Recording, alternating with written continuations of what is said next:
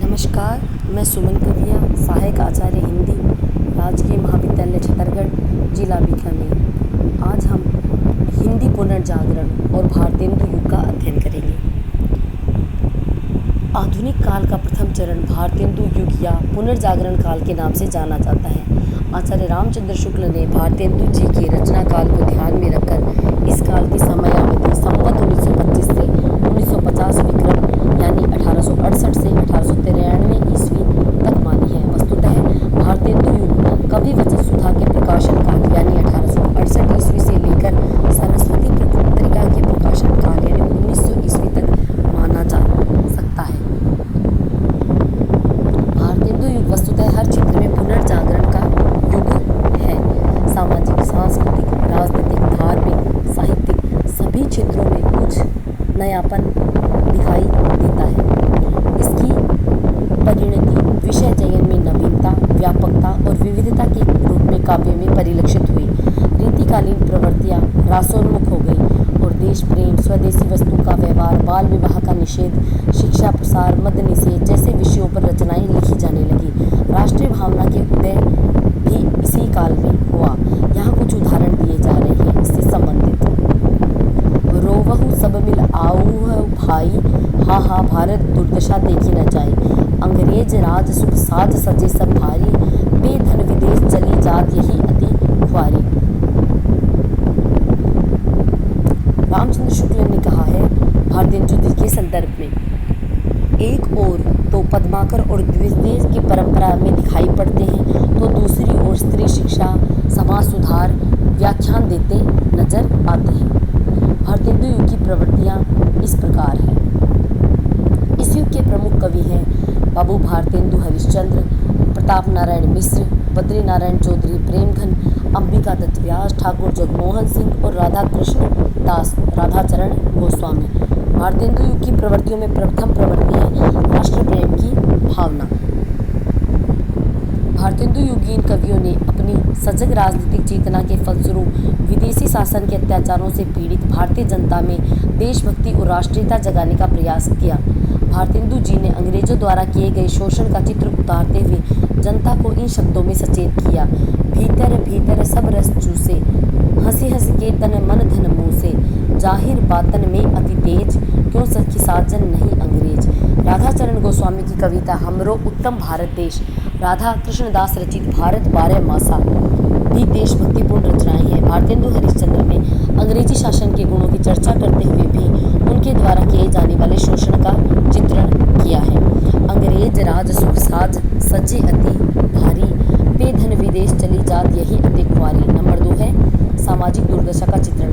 रीतिकालीन कवियों ने भारतीय समाज और जनजीवन के प्रति अपने कर्तव्य का पालन नहीं किया, क्योंकि रीतिकालीन कविता में समाज और जनता की पीड़ा से कोई सरोकार दिखाई नहीं पड़ता। वहीं भारतेंदु युग के कवियों ने समाज में व्याप्त रूढ़ियों, कुप्रथाओं का डटकर विरोध किया। नारी शिक्षा के भी समर्थक हैं, विधवा विवाह को प्रोत्साहन देते हैं और बाल विवाह की भर्त्सना करते हैं। इस प्रकार सती प्रथा, छुआछूत आदि के भी वे विरोधी हैं। सामाजिक कुरीतियों, धार्मिक पाखंड, स्वार्थपरता आदि का निरूपण उन्होंने बेहिचक किया है। भारतेंदु जी की निम्नलिखित पंक्तियां देखिए। रोवहु सब मिल आवहु भाई, हा हा भारत दुर्दशा देखी न जाए। बाल विधवाओं की दुर्दशा का चित्रण करते हुए प्रताप नारायण मिश्र कहते हैं, कौन करे जो नहीं कसरत सुनी विपत्ति बाल विधवन की। राधाचरण गोस्वामी ने भारत दुर्दशा का निरूपण निम्न पंक्तियों में किया है। मैं हाय हाय दे धाय पुकारो, भारत की डूबी नाव उबारो कोई। श्रृंगारिकता तीसरी प्रवृत्ति है। भारतेंदु युग में रीतिकालीन पद्धति पर श्रृंगार का विशुद्ध चित्रण हुआ है। राधा कृष्ण प्रेम की लीलाओं का चित्रण उन्होंने नायक नायिकाओं की सामान्य चेष्टाओं के रूप में ही किया है। भारतेंदु युग की रचनाओं जैसे प्रेम माधुरी, प्रेम तरंग, प्रेम फुलवारी में श्रृंगार की मधुर अभिव्यक्ति के चित्र द्रष्टव्य हैं। भारतेंदु की रचनाओं में श्रृंगार, भक्ति श्रृंगार और विशुद्ध श्रृंगार दोनों का समावेश है। प्रेमघन की रचनाओं में भी श्रृंगार का चित्रण प्रमुखता से उपलब्ध होता है। भारतेंदु जी ने सौंदर्य, प्रेम, विरह, नक्श के वर्णन के माध्यम से श्रृंगार का चित्रण किया है।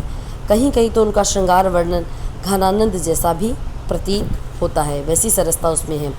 प्रताप नारायण मिश्र और राधा कृष्ण दास ऐसे कवि हैं जिनकी कविता में श्रृंगार का भाव नहीं है। भक्ति भावना।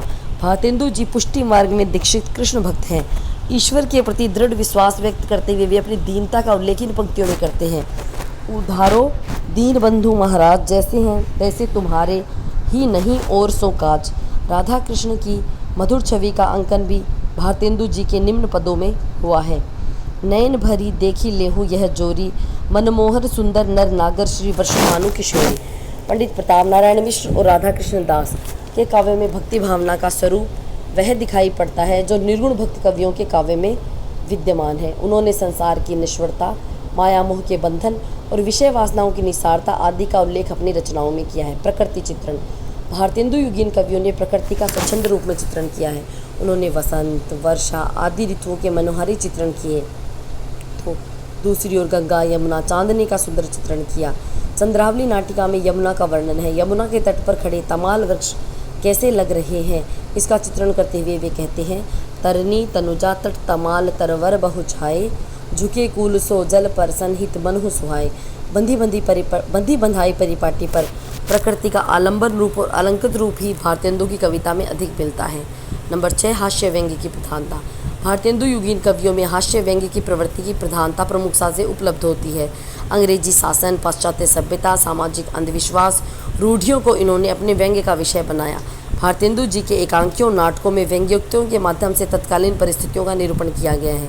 अंधेर नगरी में चूरन वाला अंग्रेजों की साम्राज्यवादी नीति पर व्यंग करता हुआ कहता है, चूरन साहब लोग जो खाता सारा हिंद हजम कर जाता। शराब की बुराई पर व्यंग्य करते हुए वे कहते हैं, मुंह जब लागे तब नहीं छूटे, जाति मान धन सब कुछ लूटे, पागल करे मोहि करहे कराब, क्यों सखी साजन नहीं शराब। पंडित प्रताप नारायण मिश्र भी भारतेंदु युग के अच्छे व्यंग्यकार हैं। हरगंगा और बुढ़ापा आदि कविताओं में हास्य व्यंग्य का कोटे है। समस्या पूर्ति। भारतेंदु युग में काव्य की रचना समस्या पूर्ति के रूप में भी होती थी। कोई एक पंक्ति समस्या के रूप में दी जाती थी। कविगण विलक्षण कल्पनाएं करते हुए उस पर पद्य रचना करते थे। समस्या के रूप में दी गई पंक्ति छंद के अंत में ही आनी चाहिए। इसके द्वारा कवियों की रचना कौशल को परखा जाता था। कवि संगोष्ठियों में समस्या पूर्ति की प्रतियोगिताएं होती थी। समस्या पूर्ति के विषय प्राय श्रृंगार से संबंधित समस्याएं ही अधिक दी जाती थी। कानपुर के रसिक समाज में एक बार एक समस्या पूर्ति दी गई, जिसका जवाब इस तरीके से दिया गया।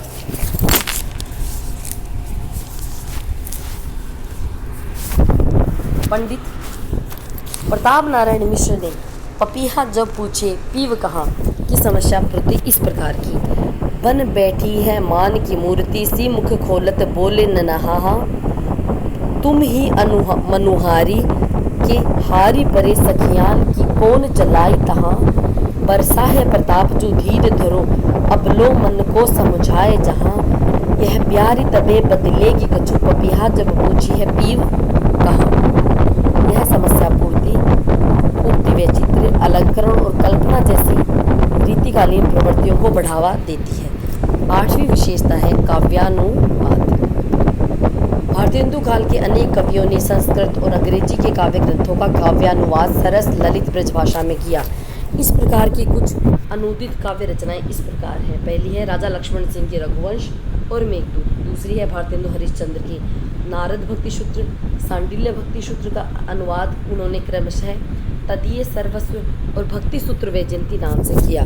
ठाकुर जगमोहन सिंह के अनुवाद है ऋतु संहार और मेघदूत। लाला सीताराम भूप, इन्होंने मेघदूत, कुमार संभव, ऋतु संहार, रघुवंश आदि का अनुवाद किया। श्रीधर पाठक ने भी कुछ अनुवाद किए और उनके अनुवाद कार्य अति महत्वपूर्ण माने। नाटक हर्मिट का और ट्रेवलर के नाटक डेजर्टेड विलेज का उजड़ ग्राम नाम से उन्होंने अनुवाद किया।